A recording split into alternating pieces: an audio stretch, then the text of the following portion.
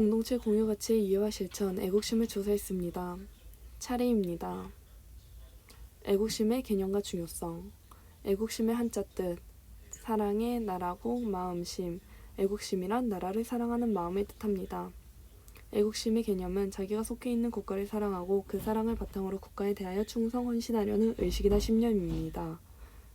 애국심의 중요성으로 첫 번째, 애국심은 국가적 어려움을 극복하고 국가의 안보와 국가를 유지하고 발전시키는 원동력이 된다. 두 번째, 민족적인 단합과 국민의 단결을 이루고 국가의 정책을 올바르게 결정하고 이끌어가는 데 도움이 된다. 세 번째, 우리나라의 고유 문화를 지키고 국가를 지키고 후손들에게 더 나은 미래를 만들어준다입니다. 애국심 중요성 사례로 정주영 회장님의 예를 들었습니다.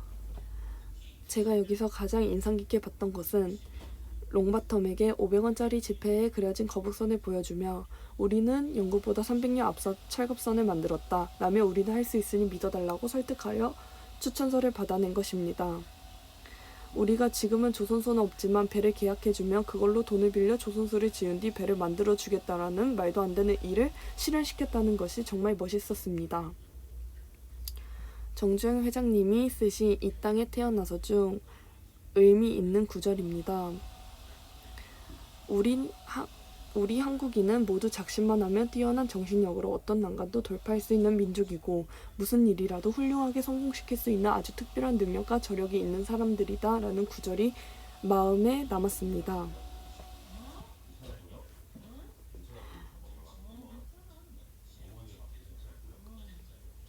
애국심의 역사적 배경을 알아보았습니다. 첫 번째 역사적 배경에서는 군대 국가가 형성되기 이전의 역사적 배경을 알아보았습니다.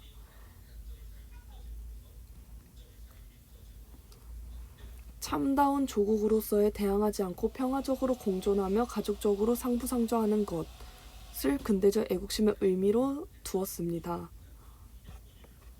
세 번째 배경으로는 19세기 이후 20세기를 통하여 애국심 형토에는 군주제적 또는 공화주의적, 자유주의적 또는 사회주의적, 제국주의적 또는 민족해방의 다양한 형태를 취하면서 그 대상은 자연적 또는 역사적인 동일성을 갖는 국민 국가라는 정치사회로 일원화되었다. 그것은 자기 민족 중심주의나 배타주의에 치우치는 경향이 띠고 또한 세계주의와 첨예하게 대립하게 되었다.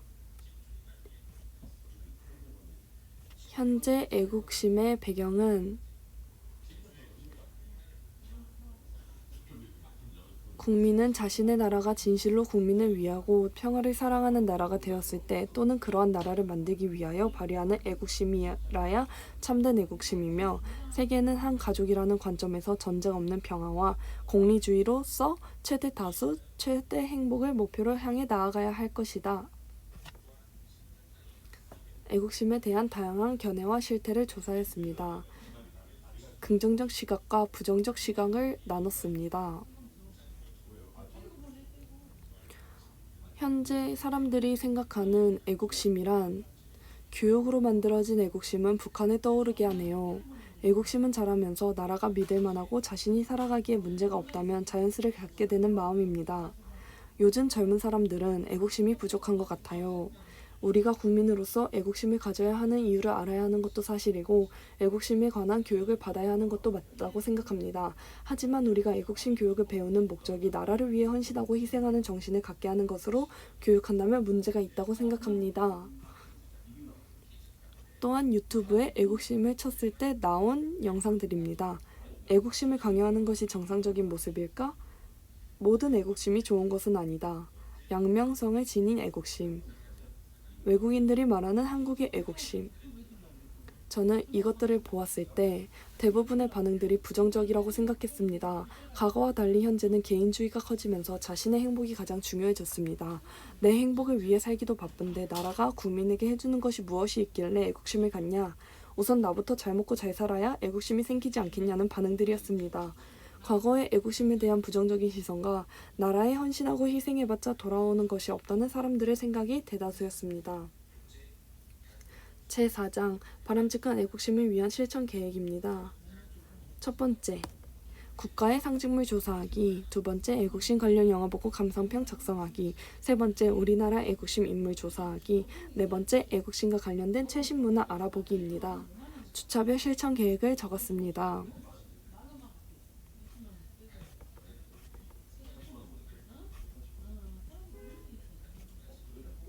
바람직한 애국심을 위한 실천 상황입니다. 첫 번째, 태극기입니다. 우리 선조들이 생활 속에서 즐겨 사용하던 태극 문양을 중심으로 만들어진 태극기는 우주와 더불어 끝없이 창조와 번영을 희구하는 한민족의 이상을 담고 있습니다. 따라서 우리는 태극기에 담긴 이러한 정신과 뜻을 이어받아 민족의 화합과 통일을 이룩하고 인류의 행복과 평화에 이바지해야 할 것입니다. 두 번째는 무궁화입니다. 옛 기록을 보면 우리 민족은 무궁화를 고조선 이전부터 하늘나라의 꽃으로 귀하게 여겼고 신라는 스스로 근화향으로 부르기도 하였다.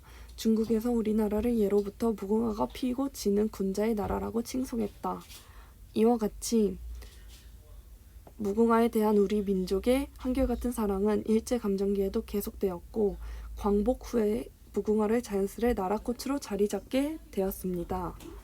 우리는 민족과 함께 영광과 순환을 같이 해온 나라꽃 무궁화를 더욱 사랑하고 잘 가꾸어 고귀한 정신을 길이 선양해야 할 것입니다. 세 번째, 애국가입니다. 애국가는 말 그대로 나라를 사랑하는 노래입니다. 하지만 처음에는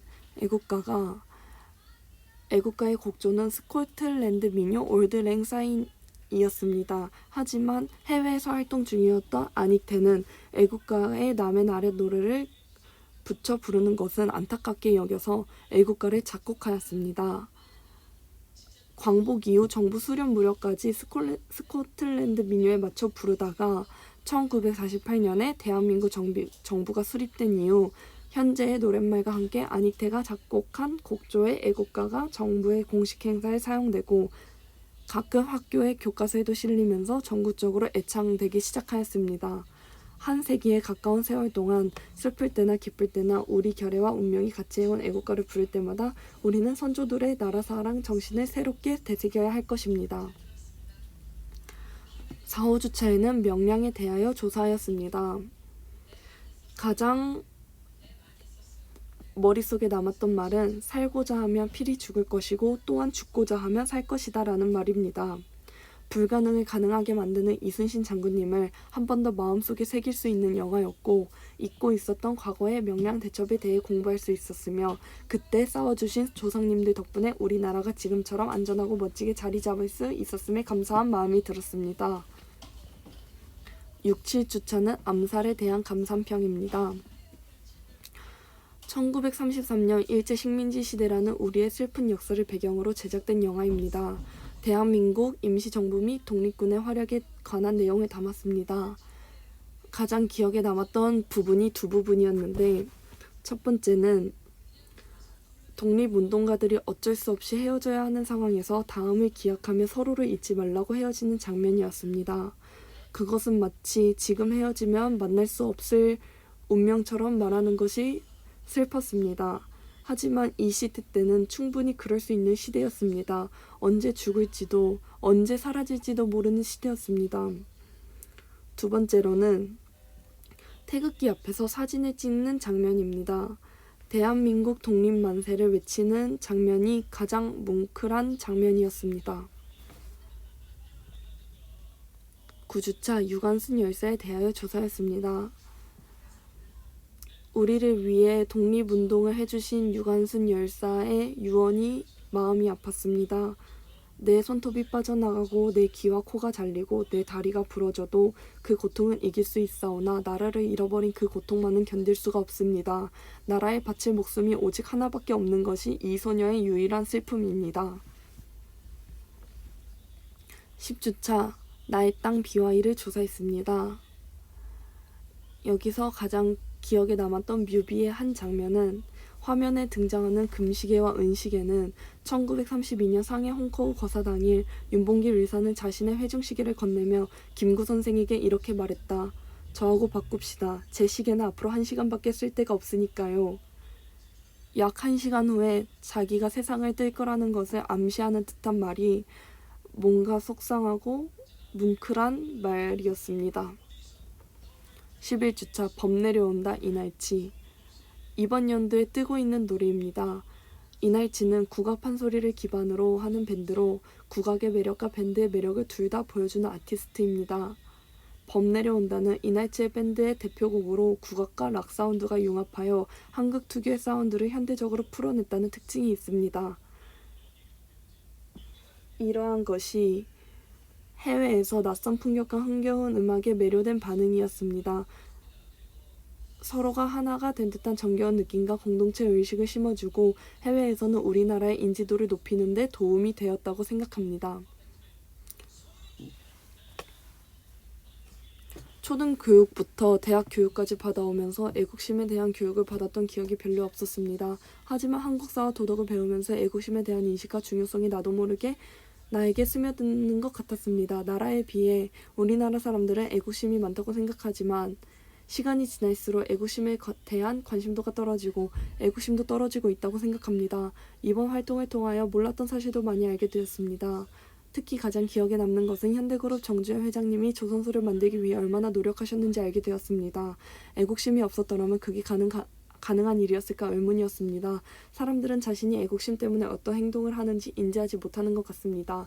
월드컵 시즌만 해도 너도 나도 축구를 보려고 하고 대한민국의 응원가를 외치며 한마음으로 응원하는 것 또한 애국심이라고 생각합니다. 하지만 사람들이 요즘 애국심의 인식이 긍정적인 시선보다 부정적인 시선이 많다는 것을 몸소 느꼈습니다.